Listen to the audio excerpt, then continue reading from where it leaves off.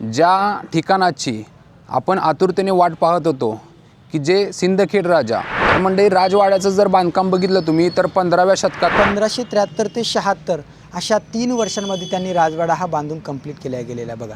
राजे लखुजीराव जाधव हे प्रॉपर सिंदखेड राजाचे होते का नव्हते? आणि याच्या वरच्या कप्प्यामध्ये आहे नगारखाना आणि त्या वरच्या कप्प्यामध्ये आहे आपल्याला दिसून येते की संरक्षण ती भिंत। एक या साईडला राजे लखुजीराव जाधवांचा राणीवसा रेसिडेन्सीचा भाग आणि या साईडवरती म्हणजे वाड्याच्या दुसऱ्या साईडला या साईडला हा माळसा महलाच्या नावाने ओळखला जातो। म्हणजे जिजाऊच्या आईच्या नावाने या वाड्यातल्या नाव होतं। मुसळधार जरी पाऊस आला बाहेर तरी आतमध्ये पावसाचा शिरकाव येणार नाही। ठिकठिकाणी खोल्यांचं लाकडी माळं होतं जे 2 मजली होतं। दिशाभूल करण्यासाठीच्या वाटा तिथून असतील, भुयारी मार्ग भुयारी मार्गाच्या वाटा तिथून होत्या। तुमचा प्रश्न असेल की या ठिकाणी आल्यानंतर ही जे बांधकाम आहे इतक्या वर्षापासून टिकून आहे याच्यामध्ये काय वापरलं गेलं असेल? इथे खिडकीतून पाणी का येत नाही? 4 मुलं असताना सुद्धा, कारण त्यांना 4 मुलं होते, दत्ताजी, अचलोजी, रघोजी आणि बहादूरजी। जिजाऊ त्यापैकी लास्ट म्हणजे 5व्या नंबरची मुलगी। म्हणजेच बघा वयाच्या 8व्या वर्षी याच ठिकाणी जिजाऊची सोयरीक ही शहाजीराजांबरोबर रंगपंचमीच्या दिवशी जुळून आलेली आहे। नमस्कार मंडळी, मी अक्षय चव्हाण तुमचं सहर्ष स्वागत करतो पुन्हा एका नवीन व्लॉगमध्ये। तर मंडळी, काल आपण जो बाईकने प्रवास केलता तो साताऱ्यातील मायनी येथून केलता, तर सध्या आपण जालनामध्ये, तर जवळजवळ 450 किलोमीटरचा बाईक प्रवास आपण काल केलेला आहे। तर तुम्ही तो व्लॉग बघितला नसेल की आपली जी जर्नी होती आणि त्यामध्ये मी थोडा आपण जिथं जाणार आहे राजा सिंदखेड, तर त्या ठिकाणचा इतिहास मी समजून सांगण्याचा एक प्रकारचा प्रयत्न केला आहे आणि सोबत आपली जी जर्नी आहे तर ती पण त्यामध्ये कव्हर केलेली आहे। तर तुम्ही ते व्लॉग बघितले नसतील तर ते बघून घ्या। तर पूर्ण अशी जाधव घराण्याची माहिती असेल की राजमाता जिजाऊ यांचं जन्मस्थळ त्या ठिकाणी आपण जाणार आहोत। तर पूर्ण व्लॉग असा आपला इन्फॉर्मेटिव्ह होणार आहे मंडळी। तर मंडळी, तुम्ही माझ्यासोबत शेवटपर्यंत राहा आणि आपल्या चॅनलला सातारचा दुर्गवेढाला सबस्क्राईब केलं नसेल तर सबस्क्राईब करून घ्या मंडळी। प्रतिपचेंद्र लेखे व वर्धिष्णो विश्ववंदिता शाहसनो शिवशैषा मुद्रा भद्रा या रचते। तर मंडळी, सिंदखेड राजा गावामध्ये सध्या आपल्याला एंट्रन्सला छत्रपती शिवरायांचा अश्वारूढ पुतळा बघायला मिळतो। तर समोर आलो तर समोर असा काहीसा एंट्रन्स बघायला मिळतो की जो वाडा आहे लखुजीराजे जाधव तर यांचा या ठिकाणी बघायला मिळतो। तर या ठिकाणी तुम्ही बघितला फलक तर इथं लिहिलेलं आहे लखुजीराजे जाधव राजवाडा। आणि आपण समोर आलो तर या ठिकाणी प्रवेश शुल्क 5 रुपये म्हणून असं लिहिलेलं आहे की 5 रुपयाची पावती काढायला लागते। तर आता आपण आतमध्ये जाऊ।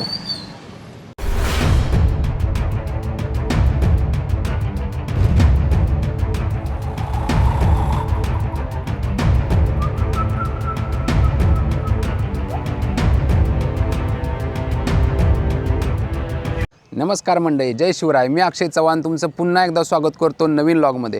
वक्रतुंड महाकाय सूर्यकोटी समप्रभ निर्विघ्नं कुर्मे देव सर्व कार्येषु सर्वदा। तर मंडळी, ज्या ठिकाणाची आपण आतुरतेने वाट पाहत होतो की जे सिंदखेड राजा की लखुजीराजे जाधव यांचं जे गाव की राजमाता जिजाऊ माता यांचं जन्मस्थान, तर त्या ठिकाणी आज आपण आहे। तर मंडळी, आपण सध्या की जे छत्रपती राजमाता जिजाऊ मातेचं जे जन्म ठिकाण आहे तर त्या ठिकाणी आहे की जो लखुजीराजे जाधव यांचा राजवाडा, तर तुम्ही पाठीमागं बघू शकता की तो मी आता एक्सप्लोर करणारच आहे। तर अशा पद्धतीने सिंदखेड राजा गावामध्ये आतमध्येच आपल्याला हा राजवाडा, भला मोठा राजवाडा पाहायला मिळतो। तर तो आतून कसा आहे किंवा आपल्याला आत काय काय बघायला मिळतं आहे तर ते आपण सगळं बघू। जे काय ऐतिहासिक वास्तू असतील तर त्याची संपूर्ण माहिती मी देण्याचा प्रयत्न करेन। तर तुम्ही पूर्ण व्लॉगमध्ये राहा आणि आपल्या चॅनलला जर सबस्क्राईब केलं नसेल तर सातारचा दुर्गवेढा या चॅनलला सबस्क्राईब करा मंडळी। तर मंडळी, राजवाड्याचं जर बांधकाम बघितलं तुम्ही तर 15व्या शतकातलं आपल्याला बांधकाम बघायला मिळतं की ज्या वेळेला लखुजीराजे जाधव या ठिकाणी राज्यकारभार बघत होते की या प्रांताचे ते राजे होते की मी जसं बोललो की राजे लखुजीराजे हे निजामशाहकडे मोठे असे अधिकारी म्हणून त्यांच्याकडे मनसबदारी होती की निजामशाहने त्यांना जवळजवळ 12,000 स्वारांची मनसबदारी दिली होती। तर त्या ठिकाणी ते सिंदखेड राजा हे त्यांच्या मूळ गावी आणि आसपासचे गावी गावावर त्यांचं नियंत्रण होतं की त्या गावाचा ते राज्यकारभार म्हणजे आहे तो पाहत होते। तर मंडळी, सुरुवातीला आपल्याला जे पुरातत्व खातं आहे तर त्यांचा एक प्रकारचं बघायला मिळतं आहे की ज्या ठिकाणी आपल्याला या राजवाड्याबद्दल माहिती दिलेली आहे की लखुजी राजे जाधव यांच्याबद्दल किंवा आत काय काय आपल्याला बघायला मिळणार, तर त्याबद्दलची माहिती आपल्याला या ठिकाणी आहे. तर तुम्ही याचा स्क्रीनशॉट काढून हे वाचू शकता. तर म्हणजे या ठिकाणी आपल्याला एक गाईड दादा भेटलेले आहेत, तर त्यांच्याकडून माहिती घेऊन आपण थोडंसं अजून विस्तृतमध्ये माहिती घेऊ. नमस्कार मंडळी, माझं नाव योगेश आणि या ठिकाणी मी गाईड म्हणून काम बघतो बघा. राजवाड्याचा संपूर्ण इतिहास हा मी दाखवत लोकांना सांगत असतो. या ठिकाणी पर्यटक असतील किंवा मग बाहेरच्या सहली असतील, या सगळ्यांना मी या ठिकाणी आल्यानंतर पूर्णपणे माहिती देत असतो. चला तर आता वाड्याच्या मुख्य प्रवेशद्वारावरती आपण येणार आहोत.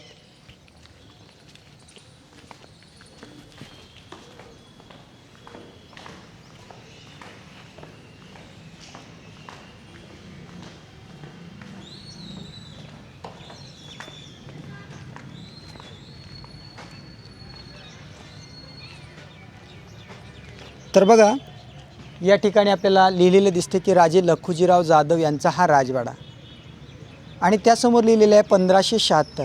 वास्तविक पाहता 1576 हा काम पूर्ण झाल्यानंतरचा अंक आहे, परंतु त्याच्या 3 वर्षा अगोदरच राजे लखुजीराव जाधवांनी हा राजवाडा बांधण्यास सुरुवात केलेली असते आणि 1573 ते 76 अशा 3 वर्षांमध्ये त्यांनी राजवाडा हा बांधून कंप्लीट केला गेलेला बघा. पण बघा, आता विशेष या ठिकाणी दिसून येते आपल्याला 14 दगडी नारळाचं तोरण, 1 पासून शेवट 14 पर्यंत, म्हणजे जेवढे बसले तेवढे, त्याच्या मागे नाही.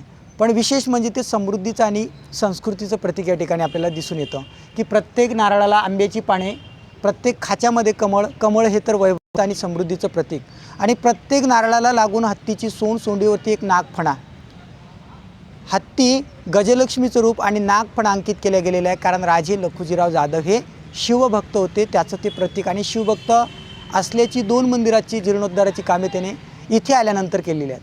पण थोडक्यात आता लक्षात घेऊ की राजे लखुजीराव जाधव हे प्रॉपर सिंदखेड राजाचे होते का नव्हते. कारण राजे लखुजीराव जाधव प्रॉपर सिंदखेड राजा नगरीतील नसून मराठवाड्यातील पैठण या ठिकाणचे देवगिरीचे यादव आणि कृष्णदेवराय यादवांचं ते वंशज, म्हणजेच राजे लखुजीराव जाधव त्या देवगिरीच्या दौलताबादच्या किल्ल्यावरती निजाम दरबारी सरदार म्हणून कार्यरत होते. तर आता आपल्याला वाडा पूर्णपणे बघायचा, इथपर्यंत हा राजवाड्याच्या पार्श्वभूमीचा भाग होता. ठीक आहे, ठीक आहे.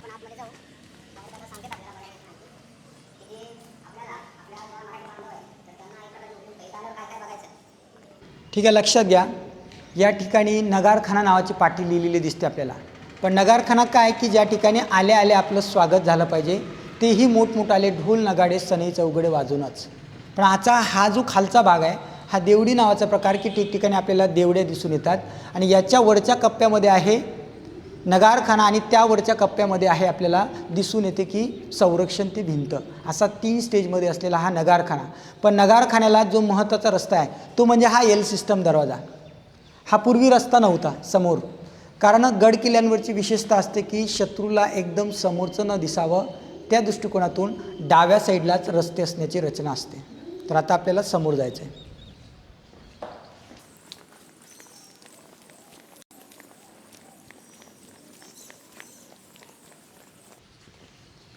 चला तर लक्षात घ्या, तर आपल्याला आता जिजाऊ जन्मस्थळावरती जायचं आहे. तर ते पाठी लिहिलेली आहे की जन्मस्थळाकडे जाण्याचा मार्ग, म्हणजेच आपल्याला समोर जावं लागेल.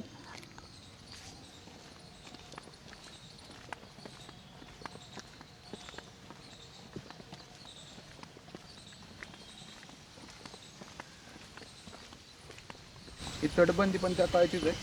हो, जुनी तटबंदी आहे, पण ज्या ठिकाणी विटा दिसतात ना त्या ठिकाणी झालेलं रेनिवेशनचं काम, ज्याला आपण जीर्णोद्धार म्हणतो.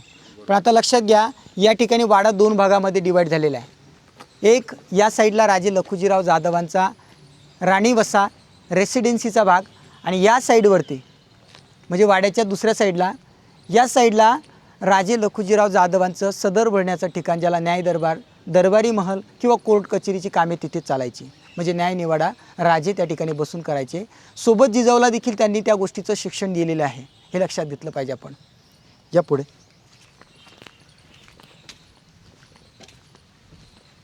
पण बघा, आता या वाड्यामध्ये जाण्या अगोदर आपल्याला इथे एक पाठी लावलेली दिसते म्हणजे तळघराकडे जाण्याचा मार्ग. आता लक्षात घ्या, हा जो वाडा आहे हा म्हाळसा महलाच्या नावाने ओळखला जातो. म्हणजे जिजाऊच्या आईच्या नावाने या वाड्यातल्या नाव होतं. म्हणजे जी लखुजीराजे यस, राजे लखुजीराव जाधवांच्या पत्नीच्या नावाने खूप मोठा वाडा. म्हणजे किती महत्त्वाची गोष्ट आहे की आपल्या पत्नीच्या नावाने त्यांनी हा वाडा भला मोठा बांधून कंप्लीट केलेला आहे. पण आता मधात चौक आहे, चौक बघू. आणि चौकाला लागून असलेली जे 2 तळघर आहेत त्याच्यापैकी पूर्व साईडला आहे धान्याचं कोठार, की जिथे विशेष मुसळधार जरी पाऊस आला बाहेर तरी आतमध्ये पावसाचा शिरकाव येणार नाही, इतकं त्याचं विशेष बांधकाम त्या आर्किटेक्ट लोकांनी त्या काळी केलेलं आहे. आणि पूर्ण हे स्थापत्यशैलीचं बांधकाम आहे बघा.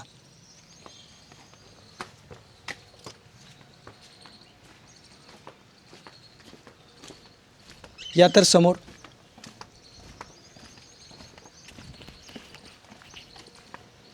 तर या ठिकाणी लक्षात घ्या, ही जी रांगोळी काढलेली दिसते आपल्याला, ही रांगोळी 12 जानेवारीच्या 2 दिवस अगोदर काढल्या जाते इथे या ठिकाणी.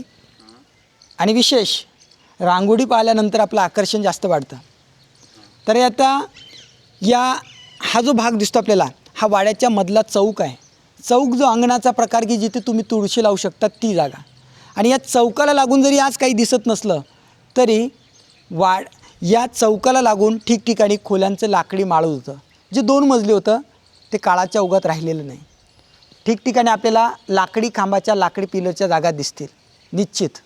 आणि एक रूम वाचलेली आहे ती म्हणजे जिजाऊच्या जन्माची खोली, की जी म्हाळसा महलाच्या नैऋत्य दिशेला येते. आणि तिथे म्हाळसा महलाची पाठी लावलेली आहे. म्हणजे जिजाऊच्या आईच्या नावाने असलेला हा महल अक्षरशः 3 मजली, खाली तळमजला, त्याच्यावरती 2 मजली लाकडी माळवत. आणि दुसरी रूम जी वाचलेली आहे ती एक रूम की संरक्षक रूम. हां, ती संरक्षक रूम.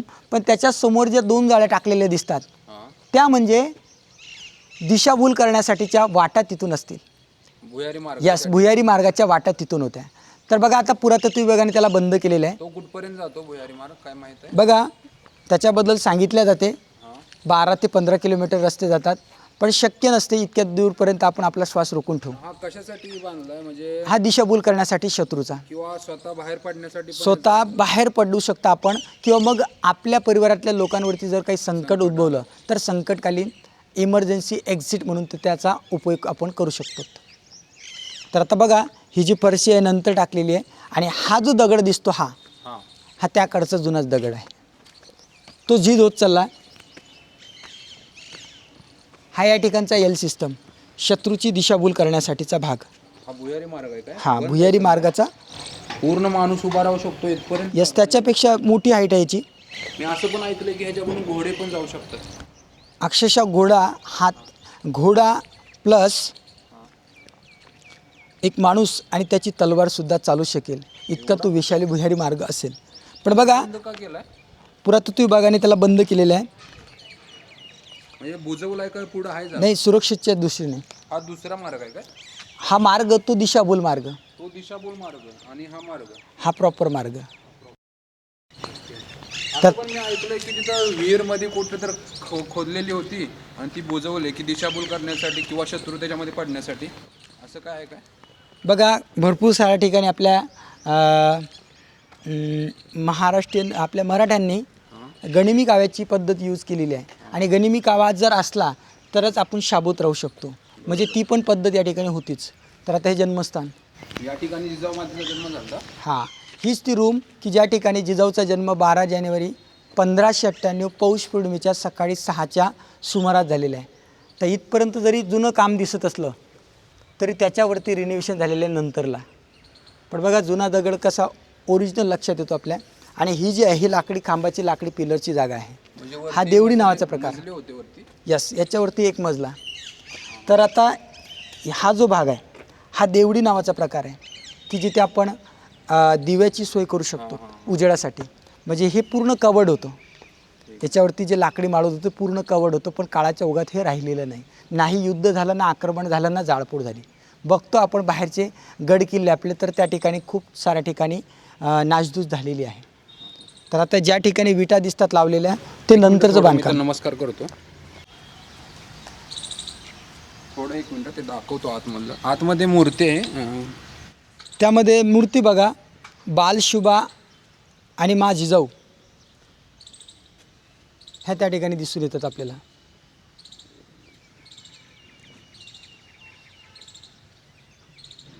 मंडळी मस्तपैकी मूर्ती या ठिकाणी बघायला मिळते. बालशुभाची म्हणजेच या ठिकाणी शुभाचे पण पदस्पर्श पावन झालेली ही पुणे. हां. तर लक्षात घ्या, ज्या ठिकाणी जाणार आहोत आपण तो म्हणजे धान्याचा कोठार.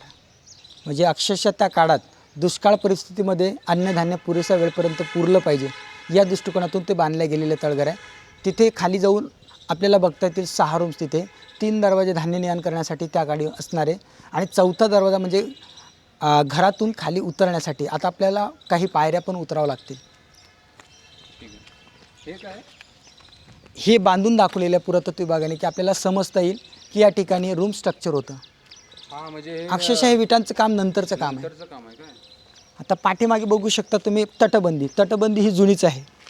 मातीचे लगदे, हे जे राणी वगैरे होते त्यांचे राणी वस्ता म्हटलं जाईल याला, कारण राणी राहण्याचं हे ठिकाण, राजे राहण्याचं हे ठिकाण. बरोबर. या तर आता इथून खिडक्या जर बघितल्या तुम्ही तर काय वाटतं आपल्याला की आतमध्ये कदाचित पाणी जात असेल, पण आतून जर बघितलं तर काही वेगळं स्ट्रक्चर त्याचं लक्षात येईल आपल्याला. तिथून बघू काय एकदा जाऊन? प्रत्यक्ष आपल्याला तिथे जाऊन बघावं लागेल. ठीक आहे. आता हे धान्याचं कोठार ऑब्लिकमध्ये केलेलं आहे तळघर, बरोबर आहे. म्हणजे जमिनीच्या आतमधलं घर. आरामात या सावकाश. थोडा अंधार आहे, पायऱ्या आपण उतरू शकतात. आणि लक्षात घ्या आता इथून थेट उजेड भरपूर येतो तरी आतमध्ये. व्हेंटिलेशनचा प्रभाव आहे तो. आणि बघा वरून जर तुम्ही लक्षात घेतलं तर वरून असं वाटतं की खाली खूप जास्त अंधार असेल, पण आता तुम्ही प्रत्यक्ष बघू शकता तिथे की दोन्ही साईडच्या ज्या व्हेंटिलेशन आहेत त्या या ठिकाणच्या विशेष आहेत. एक या साईडला आणि एक त्या साईडला, अशा 2 साईडला व्हेंटिलेशन आहेत. या समोर हे कशासाठी? धान्य व्यवस्थित राहावे यासाठी काय? हां, जे आपलं अन्नधान्य आहे हे या ठिकाणी साठवलं जात होतं, म्हणजे धान्याचं हे कोठार. म्हणजे हवा खेळती राहावी यासाठी. हवा खेळती राहावी त्यासाठी structure आणि पण उजेड यावा यासाठीचा हा झरोका, ज्याला खिडकी म्हटलं जाईल. तुम्ही जे पाणी येत नाही बोलला ते पाणी का येत नाही इथे? कारण याचं बांधकाम हे विशेष पद्धतीने केलेलं आहे म्हणून. कारण तिथून बाहेरून जर बघितलं तर असा फ्लॅट भाग दिसतो आणि आतून जर विचार केला तर इथे आपल्याला 90 डिग्रीचा कोन आणि इथे 45 डिग्रीचा कोन, म्हणजे 90 आणि 45 डिग्रीचे 2 कोन या ठिकाणी तयार झालेले दिसतात, म्हणून पाणी हे टाळल्या जाते, येत नाही आतमध्ये. तर असे 3 दरवाजे या ठिकाणी आहेत. हे चॅनल गेट नंतर बसवलेले आहे, पण असे 3 दरवाजे या ठिकाणी दिसून येतात. 6 या ठिकाणी ह्या रूम्स आहेत मोठमोठाले. 6 धान्य कोठार आहेत. यस. आता विचार करा, हा जो प्रकार दिसतो हा देवडी नावाचा प्रकार, की या ठिकाणी आपल्याला दिवे ठेवण्याची किंवा आपण त्या ठिकाणी उजेडाची सोय म्हणून करू शकतो. मग आता बघा, तुमचा प्रश्न असेल की या ठिकाणी आल्यानंतर ही जे बांधकाम आहे इतक्या वर्षापासून टिकून आहे याच्यामध्ये काय वापरलं गेलं असेल. तर जुने जे आपले चिकट पदार्थ आहेत त्याच्यामध्ये चुना, गुळ, बेलफळ, जवस, भेंडी आणि उडद डाळ एवढ्या साऱ्या चिकट पदार्थांचं मिश्रण प्लस त्याच्यामध्ये शिसं देखील वितळून पाजलेलं आहे, म्हणून हे टिकून आहे आज रोजी सुद्धा. हे विशेष. 15व्या शतकातलंच बांधकाम आहे ना सगळं? तर हे 1576ला बांधून कंप्लीट केलं गेलेलं बांधकाम आहे. तर आता लक्षात घ्या, आता इथे खिडकीतून पाणी का येत नाही? ही पण धान्य कोठारच आहे. हां, तर हे इथे लक्षात घ्या, ही विशेष या ठिकाणची व्हेंटिलेशन. तिथून हवा येईल, सूर्यप्रकाश येईल, परंतु तिथून पावसाचा थेंब येणार नाही, इतकं विशेष याचं बांधकाम. म्हणजे आपलं धान्य सुरक्षित राहतं. धान्य या ठिकाणी खराब होणार नाही, नाश होणार नाही, ही आहे त्या परिस्थितीमध्ये राहील. आणि विशेष याच्या दोन्ही साईडचा जर विचार केला तर पूर्व आणि पश्चिम अशा 2 दिशा आहेत की जास्तीत जास्त उजेडाचं प्रमाण आणि जास्तीत जास्त हवेचा वारा म्हणजे या ठिकाणी राहील असं ते ठिकाण आहे. म्हणजे सूर्य जास्त असा राहतो, दोन्ही साईडला सूर्य जास्तीत जास्त वेळपर्यंत राहतो. म्हणजे जे दिशा पण ठरवलेली आहे त्याप्रमाणे. येस. आता पुढे जायचं आपल्याला, ते म्हणजे राजे लखुजीराव जाधव ज्या ठिकाणी न्यायनिवाडा करत होते ते म्हणजे न्यायनिवाड्याचं ठिकाण. म्हणजे खरं तर दरबारी महल आणि ज्या ठिकाणी ते शासन करत होते तिथे पण जिजाऊला देखील त्यांनी संधी दिलेली आहे 4 मुलं असताना सुद्धा. कारण त्यांना 4 मुलं होते, दत्ताजी, अचलोजी, रघोजी आणि बहादूरजी. जिजाऊ त्यापैकी लास्ट म्हणजे 5व्या नंबरची मुलगी. आणि विशेष माहूरगडच्या रेणुका मातेला नवस हे त्यांच्या मुलीसाठी असतं. म्हणजे की एक मुलगी व्हावी जन्माला. यस.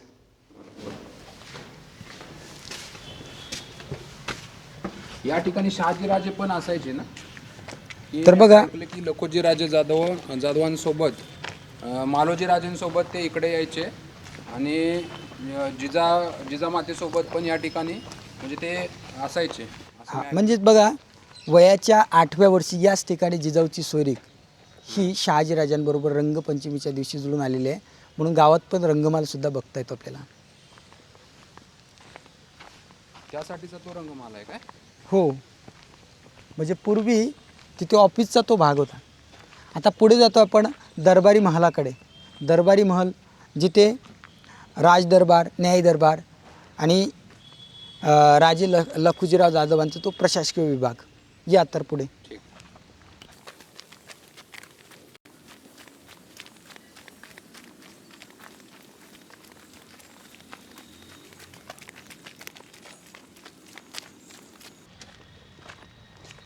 तर लक्षात घ्या, इथे आलो आपण न्याय दरबाराकडे. ती न्याय दरबाराची पाटी दिसून येते आणि बघा या साईडला जर तुम्ही विचार केला तर तो गावातून गावकऱ्यांना येण्यासाठीचा रस्ता होता.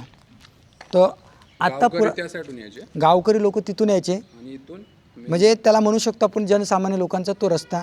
आणि VIP रस्ता जो आहे तो म्हणजे तुम्हाला दाखवलेला तो एल सिस्टम, वाड्याच्या मुख्य प्रवेशद्वारातून वळणारा रस्ता.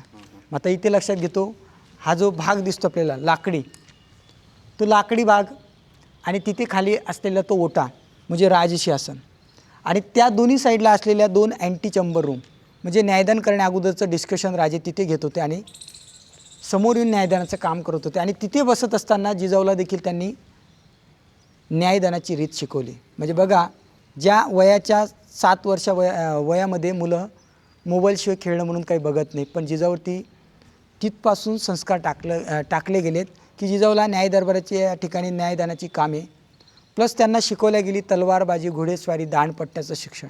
अशा रीतीने जिजाऊ शिकतात, निपुण होतात आणि वयाच्या 8व्या वर्षी सोयरीक झाल्यानंतर लग्न त्यांचं देवगिरीच्या दौलताबादच्या किल्ल्यावरती 1610ला वयाच्या 12व्या वर्षी लागतं शहाजीराजांबरोबर.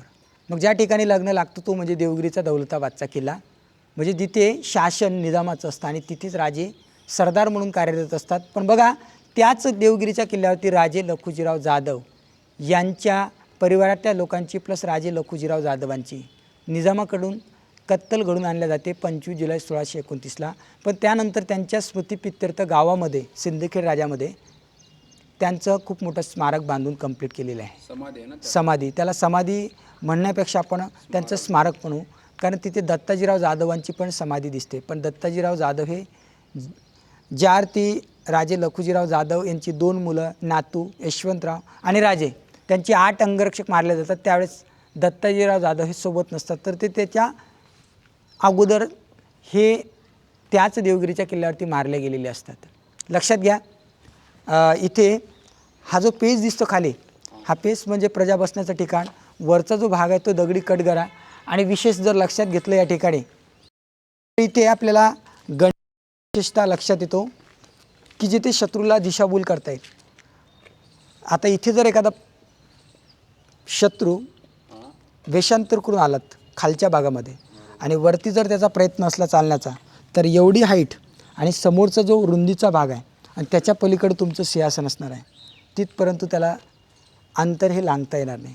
म्हणजे त्याने जर काही प्रयत्न केला तर हा त्या ठिकाणीच संपवला जाईल. धन्यवाद.